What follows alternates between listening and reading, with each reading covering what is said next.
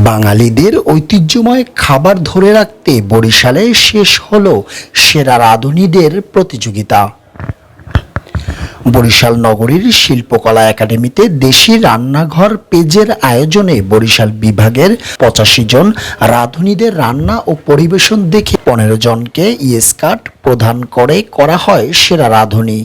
লোকজ, সাংস্কৃতিক, পুরনো বাঙালিয়ান খাবার ও ঐতিহ্য বাঁচিয়ে রাখার লক্ষ্যেই এমন আয়োজন দাবি আয়োজকদের। আমি নাজনীন তৃষা, আমি বাঙালিয়ানা রান্না প্রতিযোগিতায় একজন বিভাগীয় জাজ হিসেবে এখানে দায়িত্ব পালন করছি। এখানে আসতে পেরে আমার অনেক ভালো লাগছে।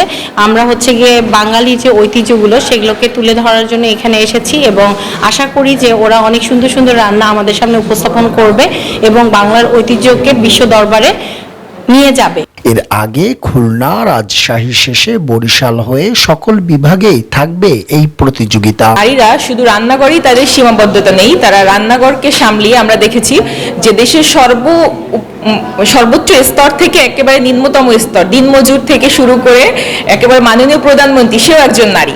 তো আমরা এটাই প্রুভ করেছি যে নারী রাঁধে সে চুলো বাঁধে, এবং আমরা বিগত দিন দেখেছি আমাদের মাননীয় প্রধানমন্ত্রী সেও কিন্তু যখন অফ টাইম পায় তখন সে নিজেও রান্না করে। বিচারক হিসেবে ছিলেন রাঁধুনির রানার্স আপ নাদিয়া নাতাশা, নুজহাত দিবা, বিভাগীয় বিচারক নাজনীন তিশা ও সাইফ আলম সঞ্চি। এ সময় বাঙালিয়ান রান্নায় সেরাদেরকে ইয়েসকার্ড প্রদান করায় বিজয়ীরা আনন্দ প্রকাশ করেন। সামনে যেতে আমি এগিয়ে যেতে পারি, মঙ্গল কামনা করবেন সবাই আমার জন্য। বিচারকরা বলেন, প্রতিটি অঞ্চলের দেশি খাবার বাঁচাতে হলে এমন সেরা রাঁধুনিদেরকে উৎসাহ দিতে হবে। পারভেজ রাসেল, বরিশাল।